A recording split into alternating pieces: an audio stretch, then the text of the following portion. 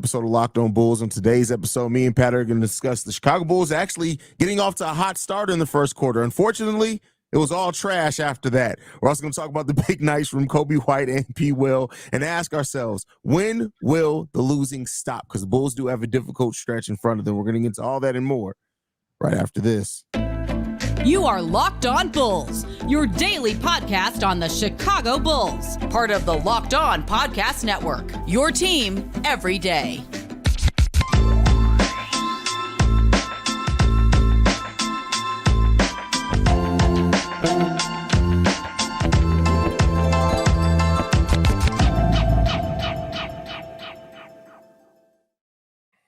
Thank you for tuning in to Locked On Bulls, member of the Locked On Podcast Network, where it's your team every single day. That's Pat the Designer, host and creator of the Windy City Breeze and host of the Chicago Bears podcast over at ESPN 1000. I'm Haize, host and creator of Chicago Bulls and Chicago Bears Central. Today's episode is brought to you by PrizePicks, the easiest and most exciting way to play daily fantasy sports. Go to prizepicks.com/LockedOnNBA and use code all lowercase LockedOnNBA for first deposit match up to $100. Pat, we finally got, and I swear I started to text you. Me and you talked right before the game. We weren't that excited about this game. The Bulls got out to a hot start, hitting 8 3-pointers in the first quarter, shooting the ball like 60-something% in the first quarter of this game. And it seemed like for the first time, the Bulls fixed their slow starts. They outscored the Brooklyn Nets 36-19 in the first quarter. But the problem is, outside of those 8 points and 8 3-pointers in the first quarter, they only scored 4 3-pointers for the rest of the game. And then in the second quarter of this game, they only hit 4 field goals in a quarter, and it was all downhill after that. The Bulls do end up losing this game 118-109. How you feeling, Pat? I mean, listen, the hot start was it was fun to see, but it just felt like, okay, so they got it going in the first quarter. Can they keep it going offensively? And will they be focused enough on the defensive end? No. Clearly, neither of those were successful tonight. And I mean, like, I think that's really, like, it felt like when the Bulls were focusing on the offense was able to really go out there and flow. And when they needed to focus on keeping the offense going, but then being able to convert defensively, like, I mean, my God, in the second quarter, it looked like Brooklyn had no shot that they couldn't find wide open. Like, it's not even like it wasn't even good defense, wasn't even good closeouts. Not thinking the third and the fourth, they did a better job closing out, right? And that's why you see the team kind of fight its way back into this. But I mean, I had a ton of issues with this game as a whole. I don't think this is the worst loss that the Bulls have had. I saw a couple people saying that. That's still Phoenix for me. Yeah, that's still Phoenix. That Phoenix loss is a gut punch. They didn't score for what, 8 minutes and 46 seconds of that game, like that, and beat you off of free throws from Kevin Durant in the overtime. Like, that's tough. But I mean, like, it's we're having the same conversation in this game that we have from the other games, because I'll ask you this, like, in the second quarter, what the heck was Billy Donovan doing? Like, the run was just happening. Like, I really feel like Peyton Manning every game. I remember when Peyton Manning was just watching whatever that last loser that was in Denver, just let time tick off the clock, and he was like, we'll take a time out here. Hey, we'll take a time out here, brother. Hey, my guy, we'll take a time out here. I was sitting there watching this run happen. I was just like, yo, he just going to let this happen, huh? He not going to call timeout. He not going to say, hold on. He not going to ask for, why are you doing this to my team? He not going to fight the other coach. Like, you're not going to do nothing. You're just chewing gum, bro. You just off that Billy back. He's just chewing gum. You know what the worst thing in this game? Guess what the Bulls' defensive rating was in the first quarter of this game? Oh, it had to be elite. It had to be 126. Bro, 120. Well, keep in mind, the higher number is wait, I said that backwards. I'm sorry. It had to be, they scored 19 points. You had to, I did that backwards. I went NFL on y'all. Sorry, I do a lot of shows. You had to be, you might have been sub 100. They scored 19 points. 79 was the defensive rating in the first quarter of this game. Great bar on that one. Bro, that's crazy. 79. Guess what their defensive rating was for the game? Oh, 126. Dang, you almost hit it on the head there. 127. Yeah. It was a uniquely terrible game. And you know what I got to say to that? All I got is this. It's the secret extension bubble gum.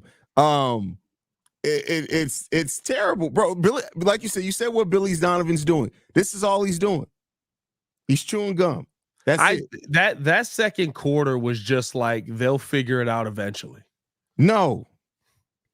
Like four field goals in the second quarter. It's crazy, bro. Yeah. Yeah. And listen, I think that there's a lot of things that go into that, right? Again, when you can't be consistent in something on the defensive end, there were so many wide open shots. I'm not surprised that the Brooklyn Nets were able to fight their way back into it. But you blew a 21-point lead literally just because you were trying to give your starters. I hate when he says this, by the way. Like, this is Billy Donovan's words, a blow. You trying to do what now, Billy? What was going on? Wait, we want to make sure that they got rested there in the second quarter. And so you were letting them rest. And while that all was going on, I mean, in that second quarter, that run pretty much happened with what? Io, Drummond, Carter, Craig, and is it Kobe or Vooch on the floor? Yeah. And even that, right? Like, just the audacity to watch a player continuously get killed and say, hey, he got it. Nikola Vucevic literally should not have been on the floor for most of the night because of the defensive liability. Now, listen, if you're getting it going in the offensive game, I get it. If he's hitting his shot that night, I get it. But you were so willing to bench Zach LaVine multiple times in your tenure here. Why is everyone else above that position? Because Nikola Vucevic was horrible on both sides tonight. Literally had no way to defend anybody over 6'9" tonight. And we're sitting here talking about a team that on the defensive end was basically playing 4-on-5 the entire night. And if you add DeMar to that, 3-on-5. Yeah, it was terrible.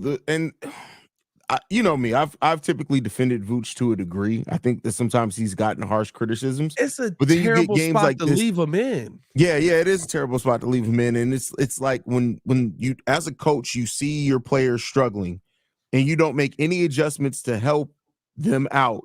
You don't sub them out for a player to get a different mix. You don't do anything. You just leave them. It's almost as if Vooch was the sacrificial lamb today, and we didn't get a win out of it. It's just you just sacrificing people and it's not doing nothing. Exactly. You just dropping sacrifices, but it's not actually doing anything for you. It was just, I literally watched it. Me and my brother were watching the game, and listen, Vooch didn't play his basketball, but right, like when you're getting killed on one end, a lot of times that does affect you on the other end. I don't think that 3 for 9 is the Nikola Vucevic that we all have come to know. But my God, Billy, when you watched, I mean, take your pick at the big men that they basically were just like, yeah, we're just going to run pick and roll and put you in a bad position to where you're on a guard every single time on the other end. At what point do you go, hey, man, maybe Vooch can't guard Spencer Dinwiddie at the top of the key? And aren't they supposed to be in a drop defense? Well, Billy Donovan claims we don't run a drop defense. That's just what Vooch does. But I think he's Matt Eberflus in that. I think he's throwing his players under the bus. Well, I mean, listen, clearly, I don't think that we're running a drop defense because Vooch isn't deep enough to. That's crazy. Vooch isn't far back enough in the paint to be able to play the guard. Yeah, I don't know anymore. I don't know what's going on with this team. There is not very much positive to pull from it at all. Yeah. This team doesn't seem like a team that's playing as a team. It's just 5 players out there playing basketball. Like, you would think that this is a pickup team that hasn't been together for the most part for 3 years. Yeah. Most of the pieces on this team have been together for 3 years. And the continuity, we've already talked about it. It's been a fail. That's it. Here's the biggest thing that's insane. How long have we been talking about, like, if the Bulls fix one quarter, they're an entirely different team? It's one quarter. Yeah. This whole season has been one quarter. This whole tenure has been one quarter. Now, we've had a couple of halves in this mug that you could fix with the Bulls, right? Like 33 points and a half. It's crazy. I'm still on that. We will talk about that all year. We will be talking about that 10 years from now. Oh, yeah. And remember Billy Donovan gave up back-to-back 33 points and a half. Hey, that was a bad half. You're going to be like, well, we scored more than 33 points that half. But yeah, Bro, that's like fact. I don't understand. Like literally for 2 years now, we've talked about being 1 quarter away. We've talked about the third quarter getting off to a slow start or the first quarter getting off to a slow start. Guess what? Today they mixed it up and it was the second quarter.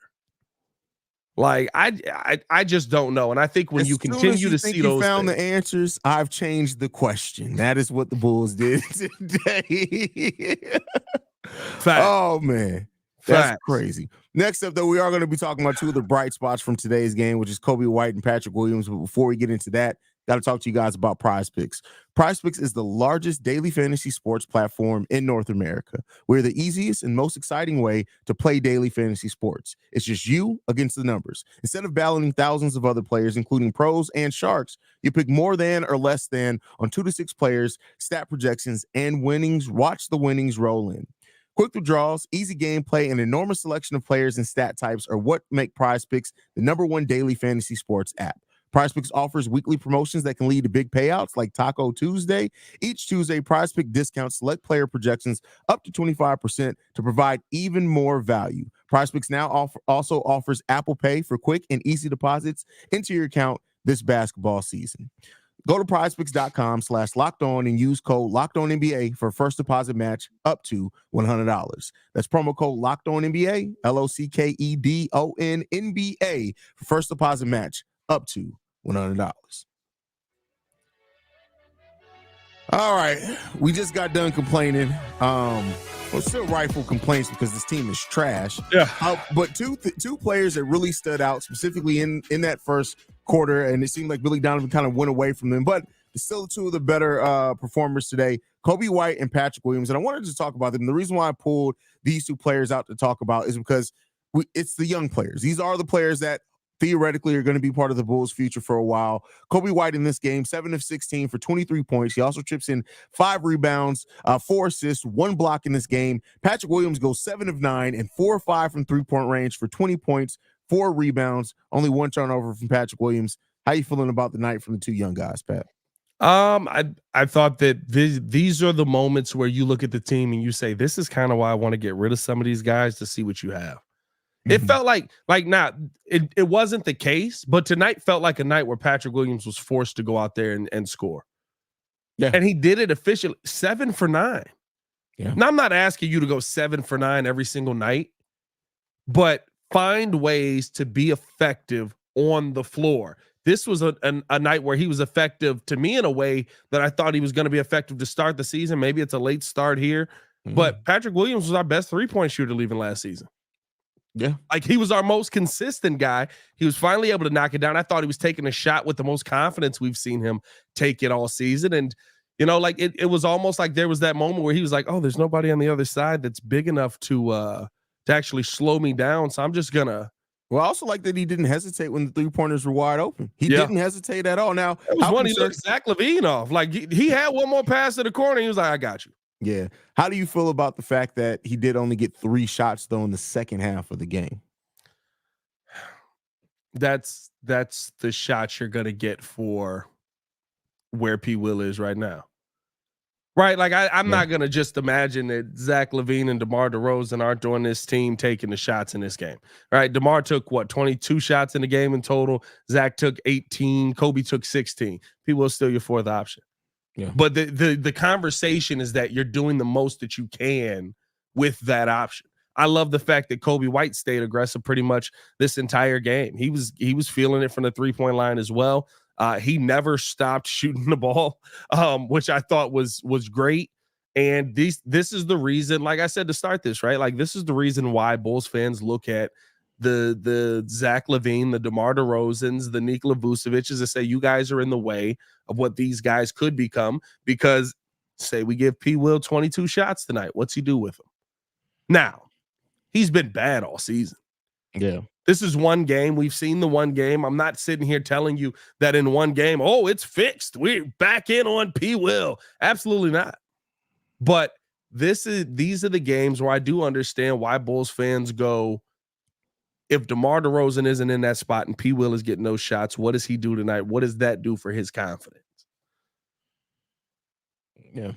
I agree. And I like Kobe's been able to stay calm, even when Kobe was shooting some of his worst shooting Kobe don't care. percentages. Kobe shooting. Yeah, Kobe goes unconscious, and I love it. But it's good to see this game from P. Will, because hopefully you hope that this is going to be a confidence builder. Now, we say that a lot when it comes to P. Will, so you got to see it to believe it at some point in time, see him do it consistently. But and when it comes down to it, I do like the way that P. Will performed today. Here's the question I will ask you, right? Are we at the point now where Kobe White's still just a 2-guard, but we're letting him handle the ball? Because I mean, he's not really. He feels like how Zach LaVine sets guys up.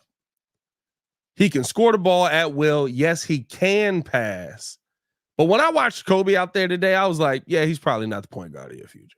He may be the 2-guard of your future. Here's the thing. I think it depends on how the rest of the roster takes shape, because I think if you remove DeMar, for example, I'm not saying that this is what I'm calling for, but I'm just saying if when they do move on from DeMar, you do get a small forward that can do more handling of the ball and things like that, I think you can be in a position. I think whenever you move on from Vooch's center, if you have a center that can do kind of like the ball handling that Joakim Noah did for the Chicago Bulls, then yeah, you can still run Kobe at point. I do think as far as just zoomed out, he probably would be better as an off ball guard. But I do think that there's a way that you can make him work at point guard, just depending on how the roster takes shape. But either way, I think a Kobe White that does more ball handling, that does more scoring, he's actually a scorer, not just kind of a facilitator or a shooter. I think that it's going to work well for him if he can go into a position where he's getting 18 to 20 shots every single game. I think that's really going to help him grow his game. Yeah, I think he can be. I think what it is he's one of the guards that's a positionless guard. He's a guard. Yeah. Right? Like, it's not like he can't ball handle. So technically he can be a point guard. But Kobe White just feels like a guard, right? Like, I could put him at the 2 and I'd expect him to put up the same numbers as he did tonight. Like, I'm going to give you opportunities to go one-on-one with the ball in your hand. I would expect you to be able to put up the same kind of numbers. So I'm really, one thing to watch for, and I don't know if you do it this season, but if you move on from Zach LaVine, which it seems like that's kind of where we're heading, do we see Ayo Dosunmu get reinserted back into this lineup kind of as the main ball handler, and Kobe turned into the 2? It depends on what you get back, but I actually talked about this on Chicago Bulls Central today, is that I do think that there's a world in which you move Kobe to the 2, and then you move Ayo back in there as the 1. Because keep in mind, when they both were coming off the bench before Alonzo went down, they built up a nice chemistry playing off that bench together. So I do think that you can, but it really still just depends on what you get back in the Zach LaVine trade. But I definitely think that is something that could be in the future for the Bulls. We'll see what it ends up being, man. Like, this is I think Bulls fans are going to get their wish. I think we're going to see, okay, this didn't work. Maybe there's a change with DeMar. Maybe DeMar is still on the team, but there's some kind of change in positioning on the team. I think Bulls fans are at some point going to get a lineup this season of Ayo Dosunmu, Kobe White, and Patrick Williams. And what's it going to look like? I don't know. Like, I'm not all the way back in on P. Will. I know some people tonight are going to be, this is what AK hoped for. They're losing their minds. Like, no, I'm not back in. Listen, great game. Good job. You want to know what that means? You can play in the NBA.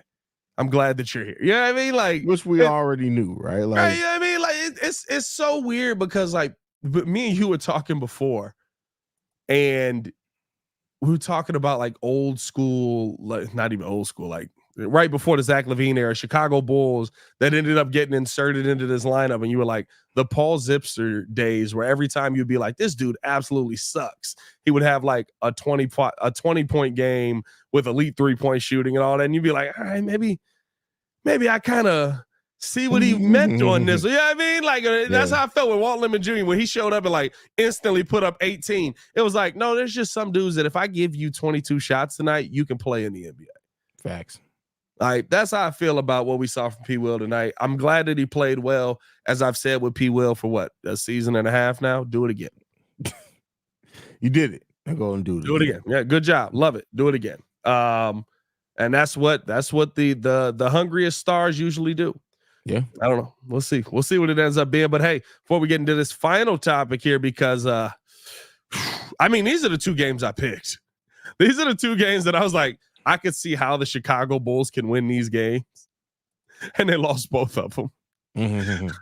So we got to figure out when the losing is going to stop. But hey, right now, people are winning over on FanDuel as the weather gets colder. The NFL offers stay hot over on FanDuel. Right now, new customers can get a $150 in bonus bet with any winning $5 moneyline bet. There's $150 if your team wins. If you've been thinking about joining FanDuel, there's no better time to get in on the action. I'd say put down a little play tomorrow because they basically have tomorrow's Bears game as a pick'em right now. Chicago Bears a 3-point favorite,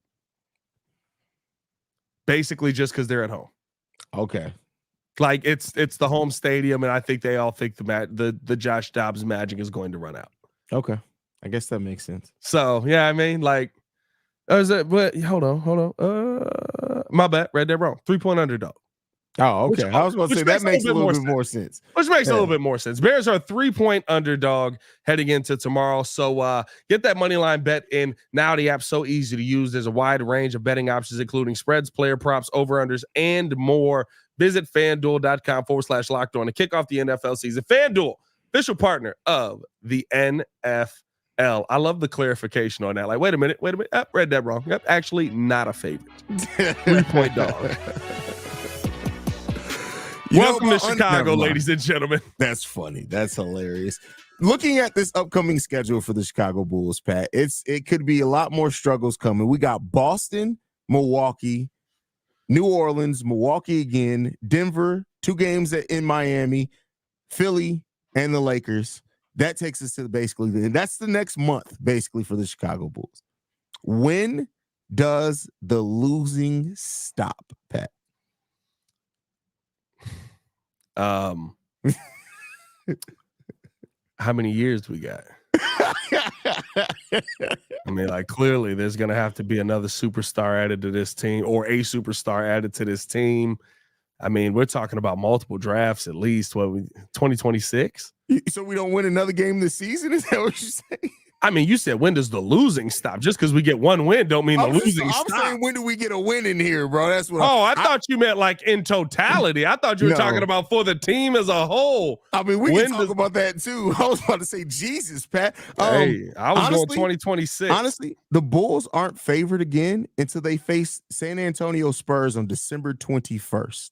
And we probably lose that game because watching how Vooch tried to guard. Oh, Wemby is about to cook. Oh, Vooch, my God. Like, yeah, it's going to get ugly. It's going to get ugly. Nah, listen, they'll be competitive. There'll be some game in there that they win. Denver's probably, we compete really, really well against Denver. Really well. So maybe we always say that, and then we lost the last game to them 123-101. That is true, but I think for the most part in this tenure of Zach we played LaVine them pretty competitively. They played them pretty competitive. But you are fat. Wait, where are we playing Denver at? They coming here on the next one, ain't they? Yeah, they're coming here. Yeah, that makes it a lot better. When we go to Denver, we definitely lose it. I don't know, man. Jokic just takes their breath away. But at the end of the day, I don't know, man. This team I think there's a lot of losing in their future because they've kind of just resigned to their fate. Until the Zach LaVine trade, I think there will be a boost when the Zach LaVine trade happens because there will finally be, I don't want to say it like Emperor Palpatine's dead now, but like I think there'll be a shift in power. I think there'll be a shift in who's the focal point on the offensive end. And because of that, you'll sit there and you'll talk about, all right, well, now this guy's in charge. Kobe White's what he's saying on the court actually is meaning something to the guys that are out there. Yeah, I mean, I just don't think that's happening right now. I literally think they're like the Walking Dead right now. Like we still moving, but until Zach LaVine is traded, we already know what this is about to be. This is the worst start by the Chicago Bulls since the 2018-19 season. What was the starting roster on that team? That was Fred Hoiberg's last year. So we actually had a pretty good roster. Yeah. Oh, is that the D-Wade team? No, he coached the year after D-Wade left because he was still here when he could coach the year of Larry.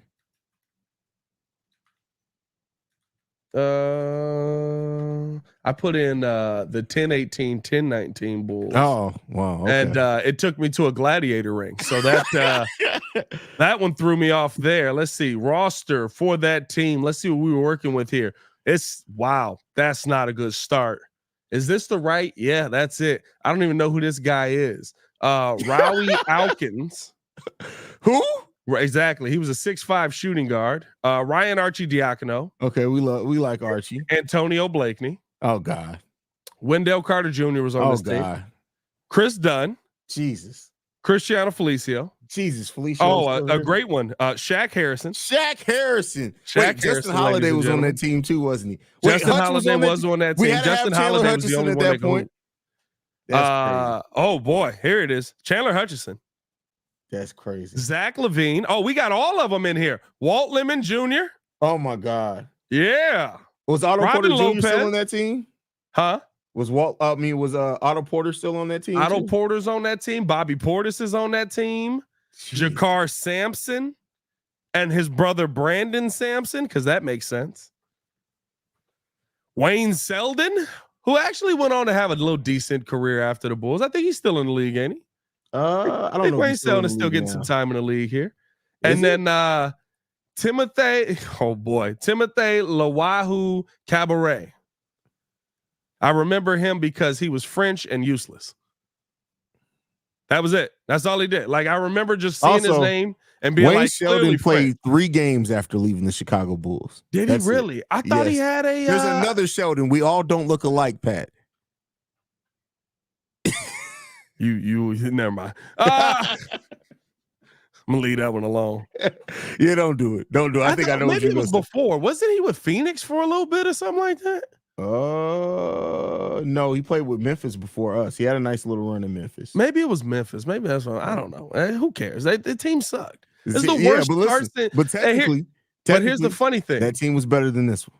Bro, here's the funny thing. You look at this roster and it's like, well, of course they started off with 5 wins. There's literal doo-doo on the roster. Wow. That's crazy, but accurate. This team, you look at it and go, how's this team have 5 wins? And then you watch the games, you go, oh, that's how. Uniquely terrible, was still on that team, pre-current campaign. I think crazy. Campaign might have been our starting point guard that season. No, Chris Dunn was still on the roster. I think he might have started. Did Campaign start over Chris? I think so, bro. Is that the year that Chris Dunn busted his face? I think so. That's crazy. I gotta do it to myself. That's crazy. That's crazy. Wow. Hey man, follow us on everything at Locked On Bulls. You can follow me on everything at Pat the Designer. He's not coming back from that one, folks. That's crazy. What did Chris Dunn do? He broke he's breaking a bunch of teeth? What he what did. And then remember he dunked, like held on the rim and like it slipped. And I remember how it happened. But then remember Jeff Tanaka. Didn't he pick the teeth up? Remember Jeff Tanaka was just like, I'm coming, Chris. Hold on. You guys can follow me at CEO Haize, man. We appreciate you guys for tuning in, man. Make sure you guys follow us also at Locked On Bulls. We're free and available every Monday through Friday as well. You can find us on YouTube and every podcasting app and platform of your choice, as well as YouTube and the Odyssey app. For Pat the Designer, I'm Haize. This has been Locked On Bulls, and we out, y'all. That man, Jeff Tanaka, literally walked over to Chris Dunn and said, "Hey, you okay?" So I need medical help. Oh, man. Hey, man, your teeth on the floor. Hey, Jeff, help me. Well, I'm not a dentist. I can't help with that.